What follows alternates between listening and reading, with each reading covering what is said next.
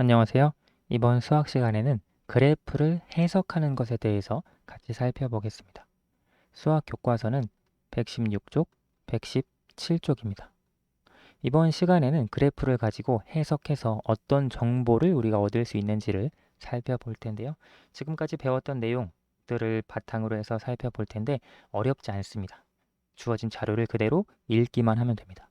116쪽부터 볼게요. 준이는 성인과 학생의 독서 목적을 조사하여 각각 띠 그래프로 나타냈습니다. 자, 조사를 했는데 독서 목적, 책을 왜 읽는지 조사를 했는데 성인 대상으로 조사를 했고요. 학생 대상으로 조사를 했어요. 띠 그래프로 나타냈는데 자, 성인의 독서 목적을 보니까 새로운 지식, 정보를 얻기 위해서 독서를 한다라고 응답한 성인의 비율이 26%, 마음의 위로 평안을 얻기 위해 독서한다 18%, 교양과 상식을 쌓기 위해 독서한다 17%, 그냥 시간을 보내기 위해 독서한다 15%, 일에 도움을 얻기 위해서 독서한다 9%, 그 외에 학업과 취업을 위해 독서한다 6%, 책 읽는 즐거움 5%, 기타 4%였어요. 자, 학생의 독서 목적은 어떻게 되느냐? 역시 새로운 지식 정보 얻기 29% 많아요. 또 책 읽는 즐거움, 교양 상식 쌓기, 진로 선택, 성인의 독서 목적엔 없었던 내용이죠. 시간 보내기, 그리고 숙제하기, 학교 공부에 도움, 기타. 자, 이 내용을 바탕으로 해서 물음에 답해 봅시다. 무엇을 조사한 것인가요? 조사를 한 것은 성인,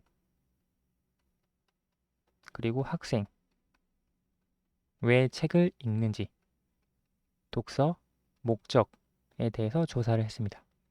성인과 학생 중 독서 목적이 책 읽는 즐거움인 사람 수는 각각 전체의 몇 퍼센트인가요? 자, 성인에서 책 읽는 즐거움을 위해서 독서를 한다는 5%예요. 성인은 5%. 학생 중에서 책 읽는 즐거움을 위해서 독서한다. 굉장히 많네요. 17%. 성인에 비해서 학생은 17%나 즐거움을 위해서 책을 읽네요. 성인과 학생의 독서 목적 중 전체에 대한 비율이 가장 높은 것은 각각 무엇인가요? 자, 성인은 새로운 지식 정보 얻기 26% 가장 높고요. 학생의 독서 목적도 새로운 지식 정보 얻기가 29%로 가장 높았습니다. 비율이 가장 높은 것은 둘 다 새로운 지식 정보를 얻기 위해서 독서를 한다라고 많이 응답했고요. 성인과 학생 중 독서 목적이 교양, 상식 쌓기인 사람의 비율이 더 높은 대상은 학생인가요? 성인인가요? 교양, 상식 쌓기 보면 성인은 교양, 상식 쌓기를 위해서 17%가 책을 읽고요. 학생은 교양, 상식 쌓기가 12%예요. 따라서 성인이 조금 더 높다. 비율이 좀 더 높다라고 할 수 있고요. 일에 도움 얻기를 위해 독서하는 성인의 비율과 전체에 대한 비율이 같은 학생의 독서 목적을 모두 찾아 써보세요. 일에 도움 얻기를 위해 독서하는 성인의 비율은 무엇이냐면 일에 도움을 얻기 위해서 독서한다는 성인의 비율은 9%예요. 이것과 전체에 대한 비율이 같은 학생의 독서 목적 보면 9%는 시간 보내기도 있고 숙제하기도 있네요. 두 가지 항목입니다. 따라서 비율이 같은 학생의 독서 목적은 시간 보내기도 9%고요. 그리고 숙제하기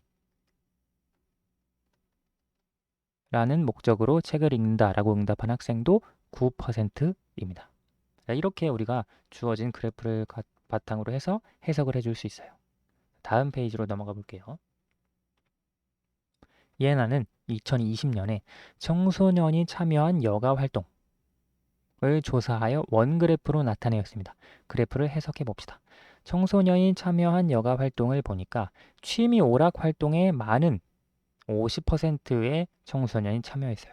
그리고 휴식 활동에 27%, 그 다음 스포츠 관람 참여 활동에 9%, 그리고 문화예술 관람 참여 활동에 7%, 그리고 기타가 7%였네요.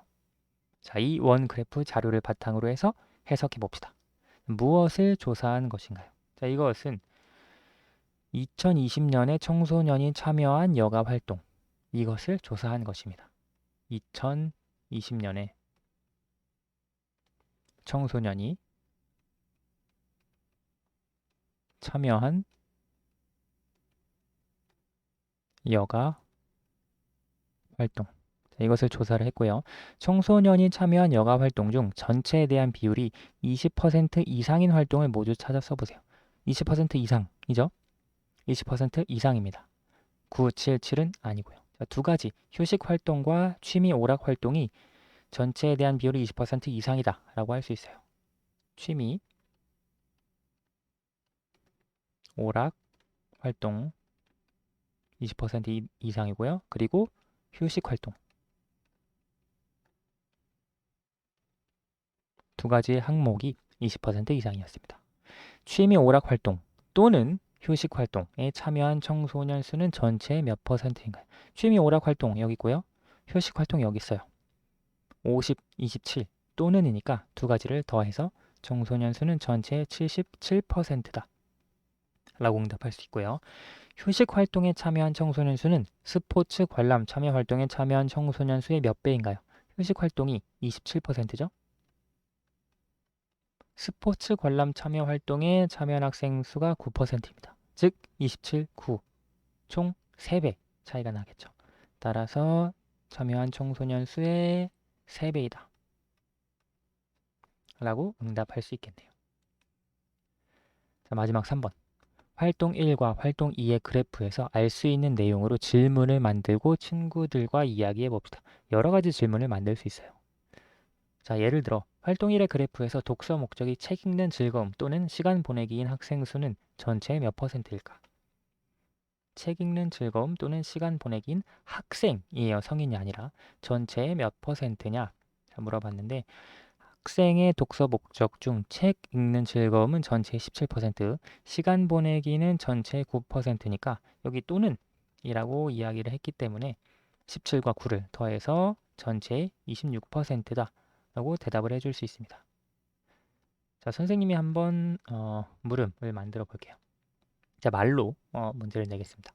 활동 1의 그래프에서 성인, 학생 아니에요. 성인의 독서 목적 중 독서 목적이 책 읽는 즐거움인 학생 수의 비율보다 더 높은 것은 무엇인가요?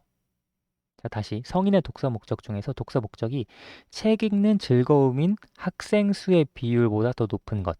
성인의 비율 중에서. 자, 일단 책 읽는 즐거움인 학생 수의 비율을 알아야겠죠? 책 읽는 즐거움인 학생 수의 비율이 17%예요. 즉 17%보다 높은 항목 성인에서 찾아주면 됩니다. 17%보다 높은 항목은 마음의 위로 평안과 새로운 지식 정보 얻기가 되겠네요. 자, 그래서 이 두 가지가 선생님이 아까 처음 질문한 성인의 독서 목적 중 독서 목적이 책 읽는 즐거움인 학생 수의 비율보다 더 높은 것이 새로운 지식 정보 얻기, 마음의 위로 평안이 되겠습니다.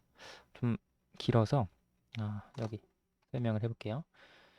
활동 1의 그래프에서 성인의 독서 목적 중 독서 목적이 책 읽는 즐거움인 학생 수의 비율보다 더 높은 것은 무엇인가요?